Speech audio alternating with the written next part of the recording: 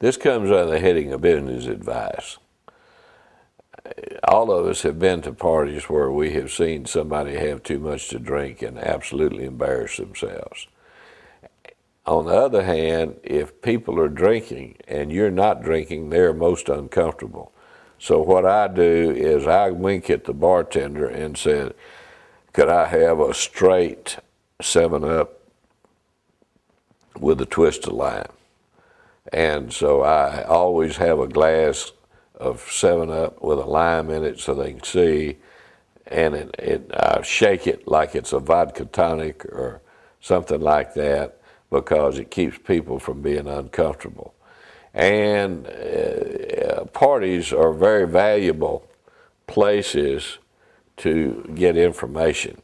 You may wonder how much a piece of land sold for because you want to buy the adjoining piece. And if you called the man, he would think you were rude and something like that.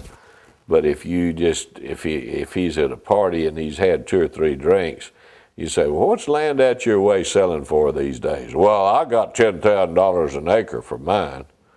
And he'll tell you the whole story, so you find out everything that you need to know. And you don't want to embarrass yourself, and also you never know when something big is going to happen, because we were at a fundraising party and for the children's shelter, and we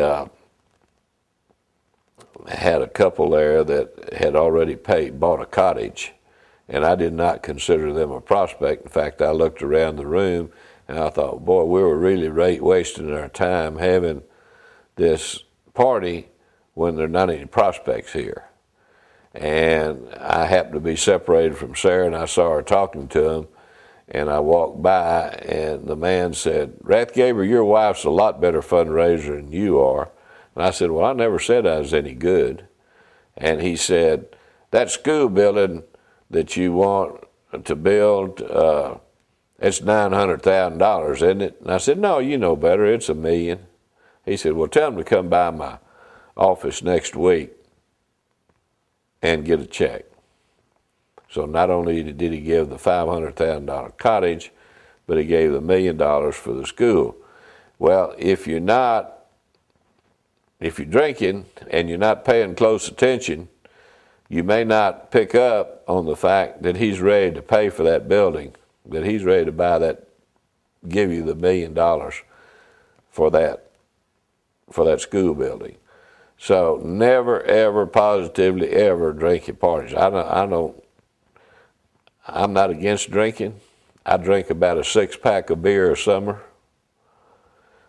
But at parties, you want to have all your senses finely tuned, and you want to be able to. Another thing is, in a restaurant, I never sit with my back to the entrance.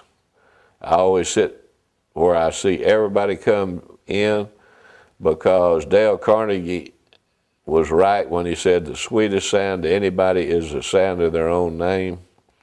And I want to have at least 20 or 30 feet to process who that is that's coming in, and I don't want anybody slipping up on me, coming up behind me, patting me on the back, and then I can't figure out. Now, sometimes you don't know exactly, and it doesn't come to you immediately, but you smile and you say, well, how have things been going in your life?